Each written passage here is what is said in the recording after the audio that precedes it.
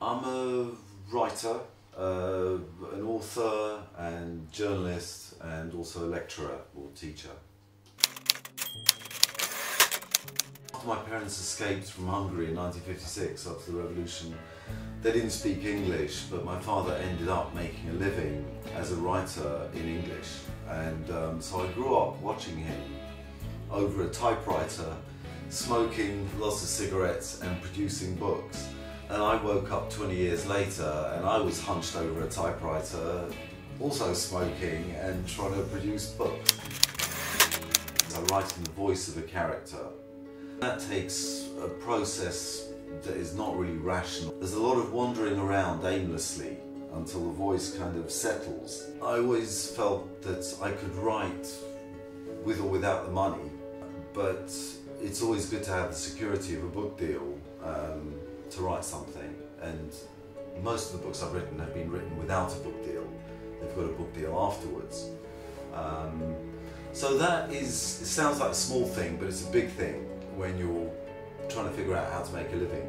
I never wanted a proper job with proper hours. I wouldn't change that freedom. Obviously, I think a lot of people now write purely for electronic publishing.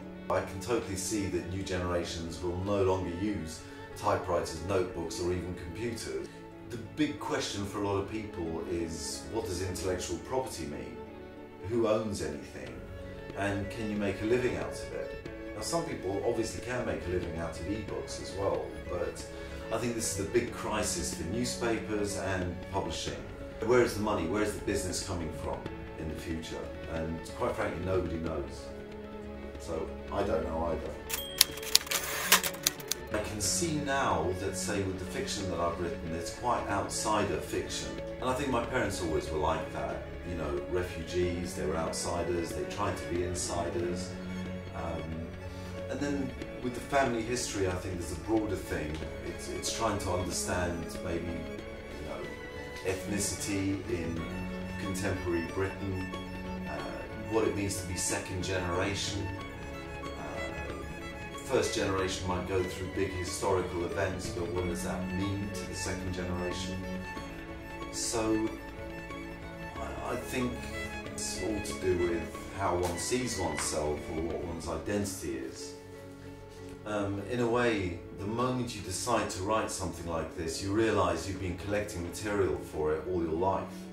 And I think the real trigger for the book was that my father, who died in 2010, and when he got ill, there was a real feeling that the clock is ticking, and if I don't find things out now, say from him, that generation will be gone. So it was a very strong sense of a disappearing world. I think the other aspect to this book is that I didn't, even though it's very specific to my family, my origins, more broadly it's about the experience of Hungarian Jews, but more broadly it's also a kind of exploration of family history, and those things are universal. I wanted it to focus on characters and to allow readers a glimpse into the world and the lives of those characters.